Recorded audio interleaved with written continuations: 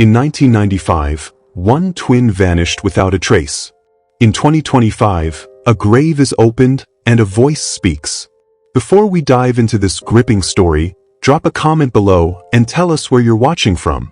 And if you love stories packed with mystery and drama, don't forget to like this video and hit that subscribe button. There's so much more coming your way. The winter of 1995 had come late to Vermont. Snow clung to the skeletons of maple trees, the roads were slick with black ice, and the bitter wind sliced through coats like razors. In the small town of Windham Hollow, where secrets were often buried deeper than graves, the Greenwood household stirred to the hum of another routine morning. Laura Greenwood, a single mother with hair the color of wheat and eyes dulled by sleep deprivation, stood by the frosted window cradling a cup of coffee. She watched her two daughters, non-identical twins, Ava and Isla, chase one another across the wooden floor of the living room. At 7 years old, they were everything to her: light, chaos, and memory of a life she barely held together. Ava was the wild one, messy, imaginative, always with a twig or leaf in her pocket from some secret forest mission. Isla, the quieter of the two, preferred books and kept her hair tied in neat braids. That morning, Ava wore her favorite red coat, too small now but fiercely defended from donation. Isla wore navy blue, her gloved fingers curled into a small fist around her school journal. The girls stepped onto the porch, fog from their breath mingling with the mist crawling across the lawn. Their mother turned away for just a moment to answer a phone call. It was her boss, warning her she'd be covering another shift that night. By the time she looked back, Isla stood alone. Red footprints led down the driveway and stopped halfway. The fog thickened. Ava Greenwood was gone.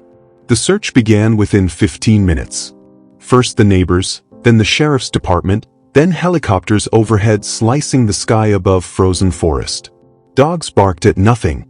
Volunteers found a red mitten snagged on a barbed wire fence bordering the woods. Her scent vanished shortly after. No screams. No struggle.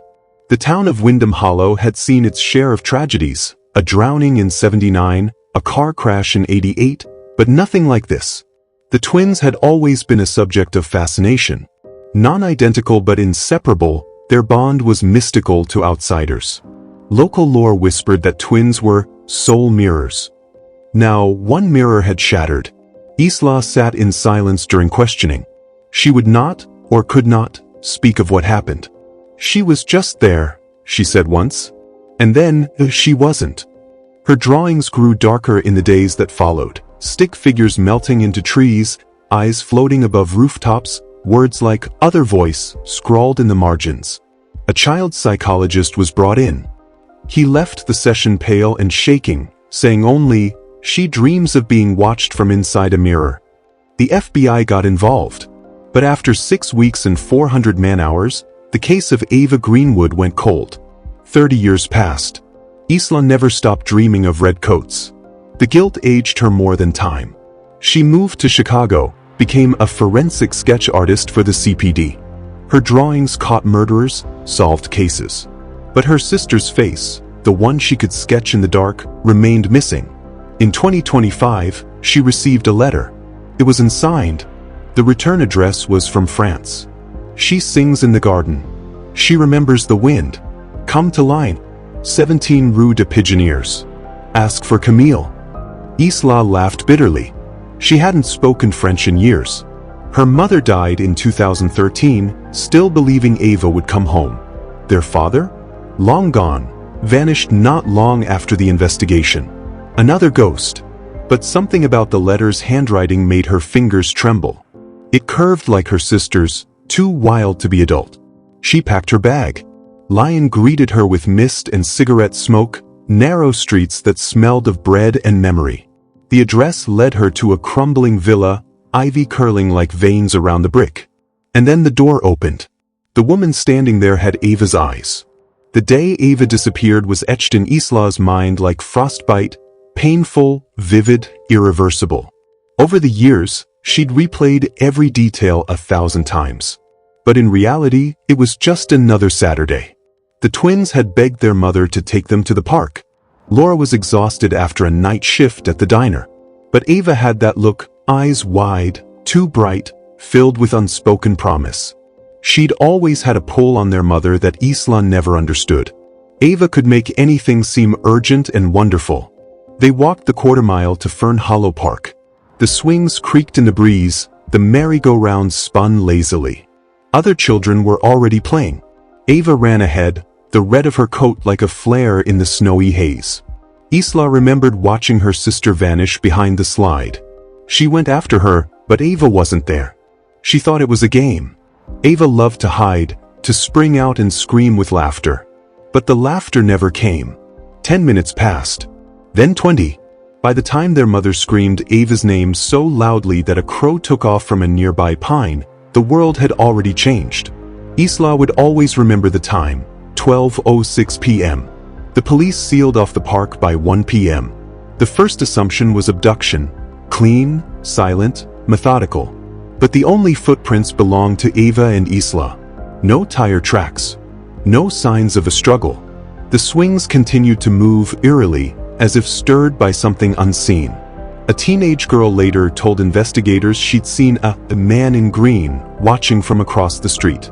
Another boy claimed he saw Ava follow someone into the woods. His description of the person was bizarre. She looked like Ava, but older, and wearing a red coat too. The theory of a possible double briefly emerged. Cult. A runaway father. A doppelganger. But there was no physical evidence. Nothing but that mitten, that damn mitten. Detective Henry Kowalski, a man hardened by decades of small-town crime, felt something off. He filed a personal note in his journal that was never included in the official case file. Child didn't vanish. Child was taken by something familiar. He retired 6 months later. He never spoke of the Greenwood case again. The missing posters went up fast. Ava Greenwood. Age 7.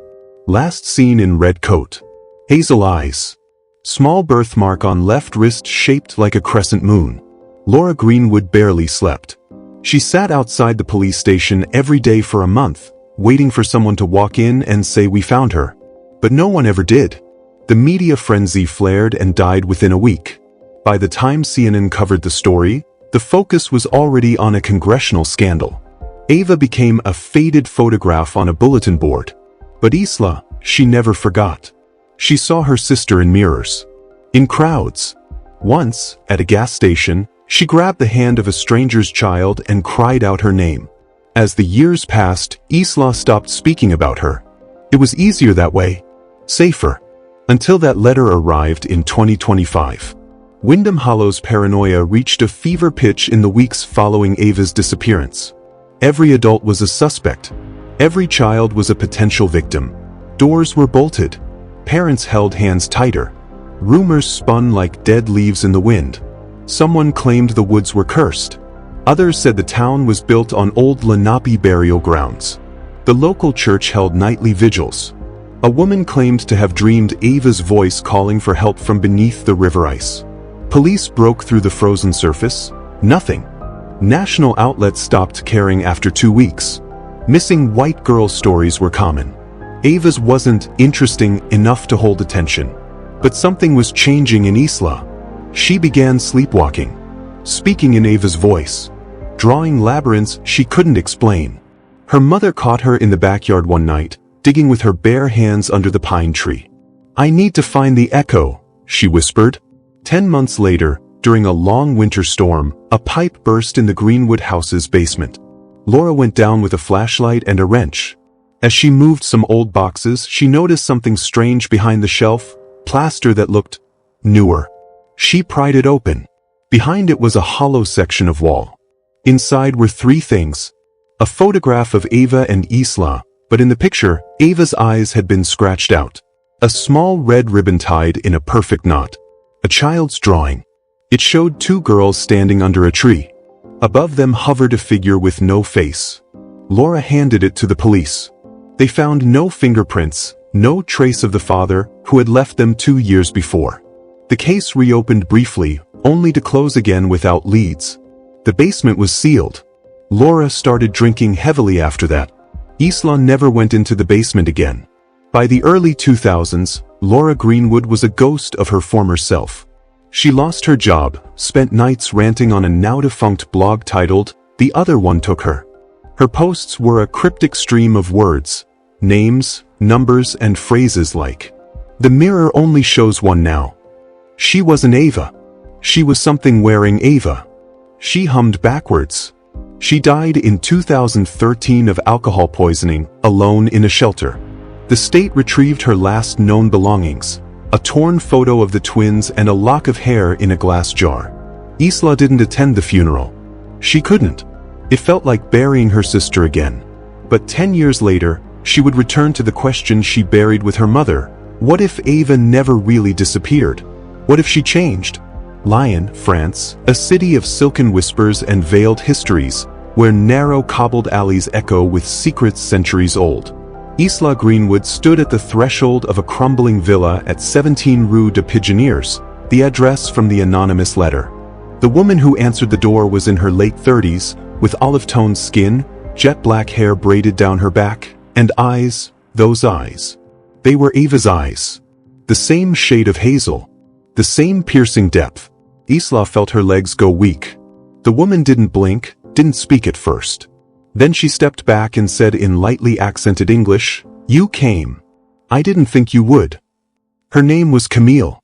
Or at least, that's what she went by now. Inside the villa, everything was dimly lit and antique. Paintings with eyes that seemed to follow. A strange scent, lavender, mold, and something chemical underneath. As they sat, Camille poured tea.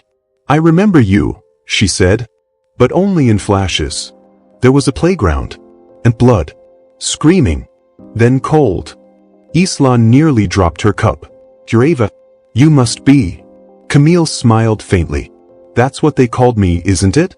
The attic of the villa held boxes of old papers, sketchbooks, and what Camille called her mind anchors. She didn't remember everything, but had tried to map what she could. There were drawings, eerily like the ones Isla had made as a child, labyrinths, dark figures, a pair of twins facing away from each other, one with no face. One journal entry stood out. It was dated July 12, 2001. She buried the name Ava when the man with the glass eye said she was someone else. "I watched him light her hair on fire to test her soul." She didn't scream. Isla's breath caught in her throat. "Who is the man with the glass eye?" Camille touched the scar behind her ear. "He found me. In the woods. Took me somewhere cold and stone. I only got out when the mirror broke." "More riddles." Isla pressed her. Camille flinched and whispered, "Not now. Tonight, you'll understand more."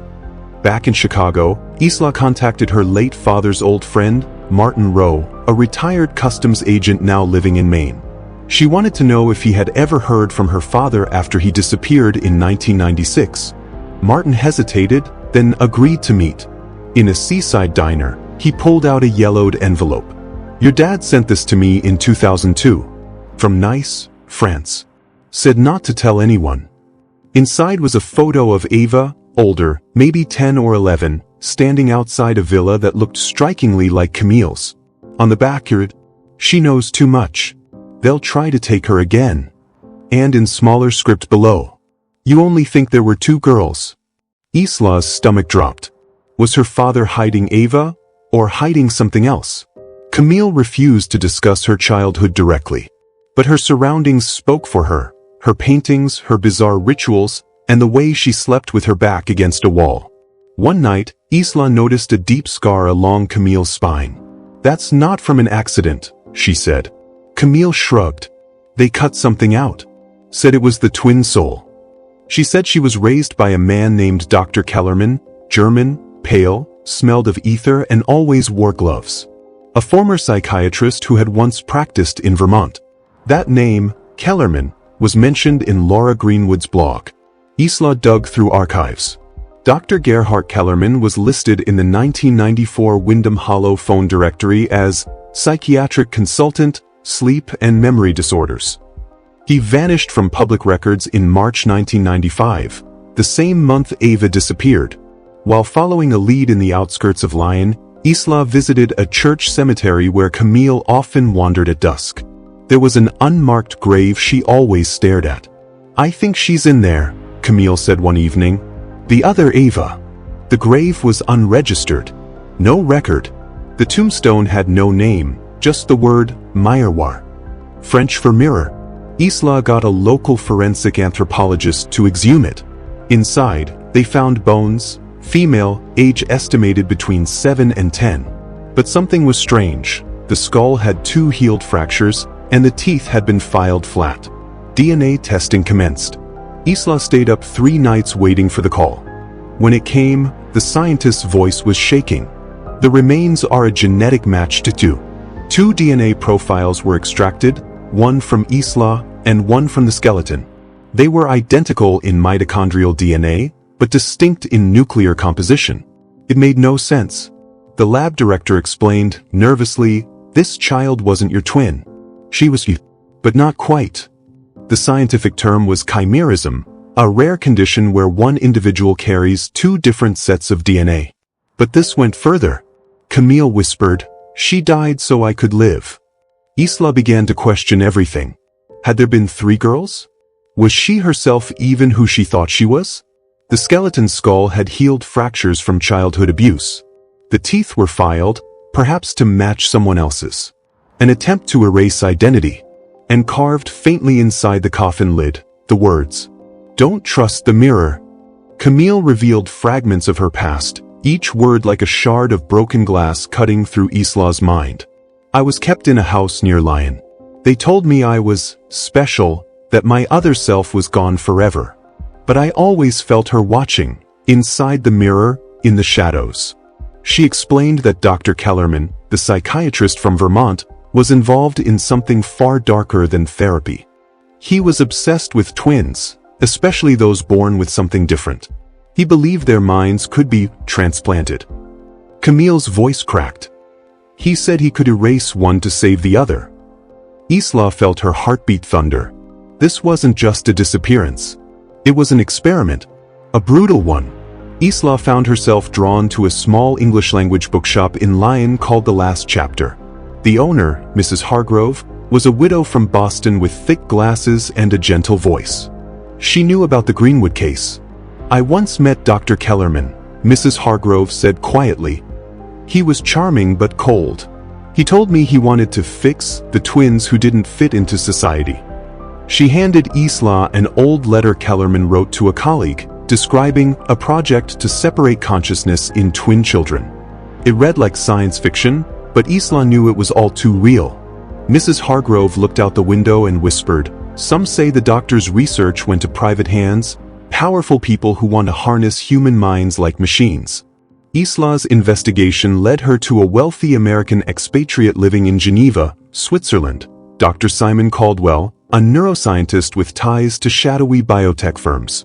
He'd been present at conferences where Kellerman's work was cited, work never publicly published. When Isla confronted him, he hesitated before revealing a shocking fact. He had 2 daughters, both born in 1994. One was reported dead at birth. Or so the public was told, he said. But both girls lived. One in Europe, one in the US. It was a cover-up. Isla realized the 3rd girl theory was more than speculation. There was a conspiracy that stretched from Vermont to Europe, involving high-level science, and something sinister beyond.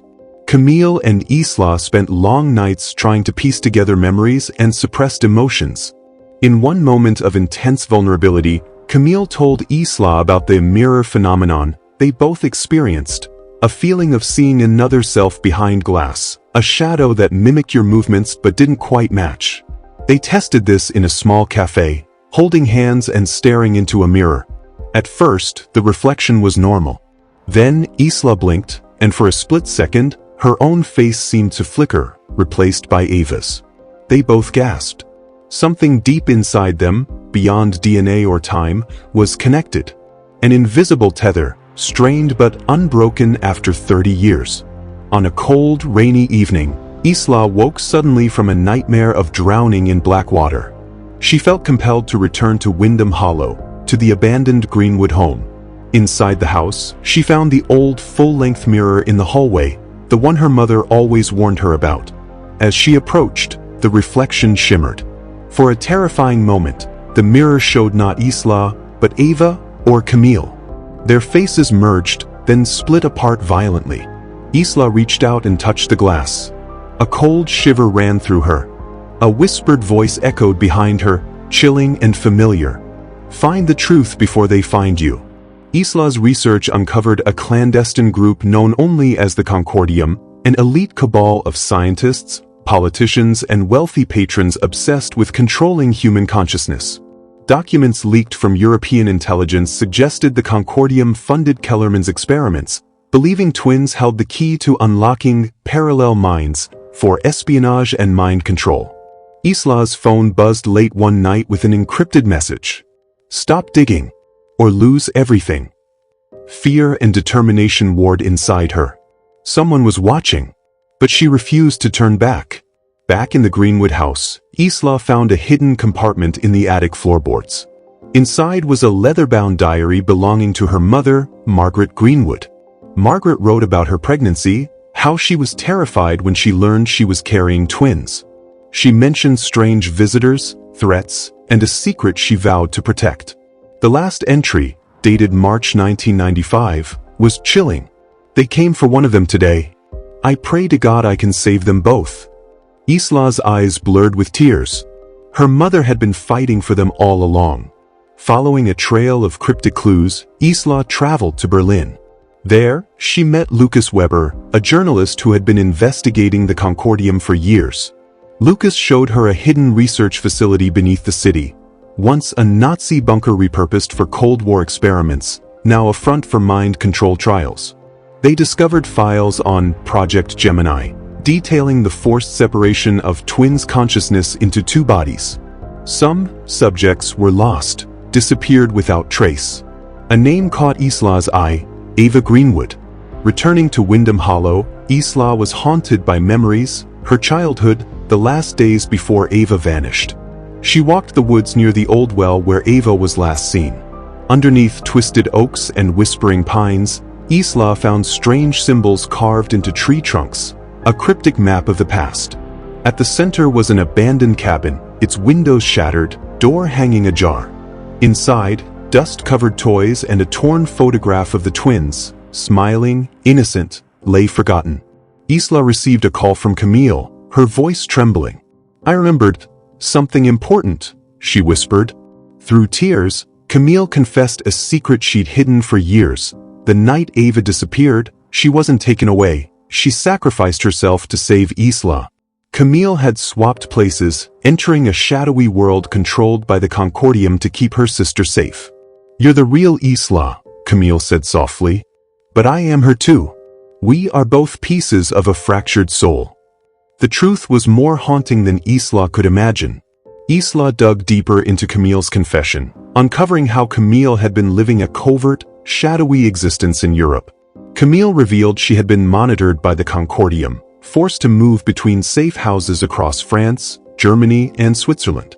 Her every action was controlled, her identity erased from official records.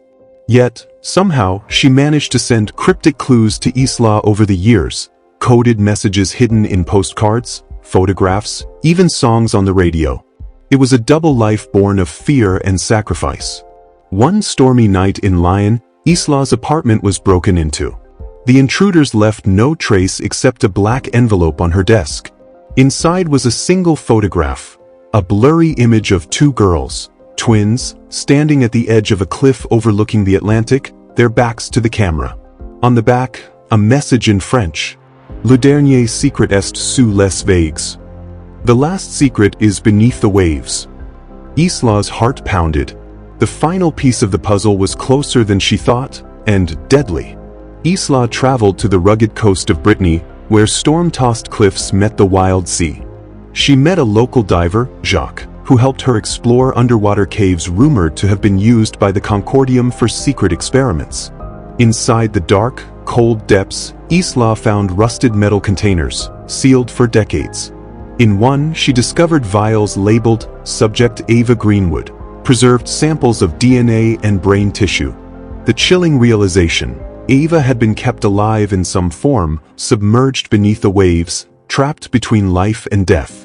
Back in Paris, Isla and Camille met face-to-face for the first time in decades.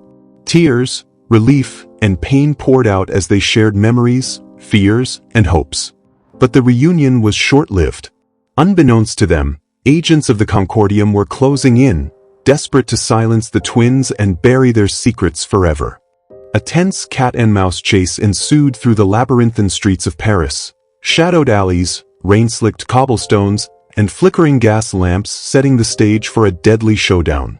In a hidden chamber beneath the Louvre, Isla confronted Dr. Simon Caldwell, the mastermind behind the experiments. He confessed that the Concordium's goal was to create a twin synergy weapon, 2 minds in 1 body, capable of unparalleled intelligence and control. Ava and Camille were test subjects who defied expectations, their minds fractured but connected across time and space. Caldwell offered Isla a horrifying choice: join the project and unlock the full potential of her fractured mind, or disappear like Ava was meant to. Isla's refusal sparked chaos. In a dramatic escape, the twins, now united, vanished into the shadows, leaving behind a world forever changed. The media exploded with rumors of Isla and Camille's disappearance. Official statements denied any connection to the Concordium, branding the twins as victims of tragic personal circumstances. But underground networks whispered of a secret alliance between the sisters, working to expose the cabal's reach. Isla and Camille moved like ghosts, unseen but watching, gathering evidence to bring down the dark empire that had torn their lives apart. Using hidden servers and encrypted channels, Isla became a cyber sleuth, leaking confidential Concordium documents to the world. Camille, meanwhile, infiltrated biotech firms posing as a researcher, sabotaging their projects from within. Their coordinated attacks sparked a digital war, a battle for truth, identity, and freedom. But every victory came at a cost. The sisters lived constantly on the run, never able to fully trust anyone. Memories haunted Isla, visions of Ava, fragments of shared dreams that blurred the line between reality and nightmare. In moments of silence, she heard Ava's voice whisper, urging her onward. Isla realized their bond was more than genetic. It was spiritual, a force neither time nor evil could sever. Years passed. The Concordium's influence weakened under relentless exposure and legal battles.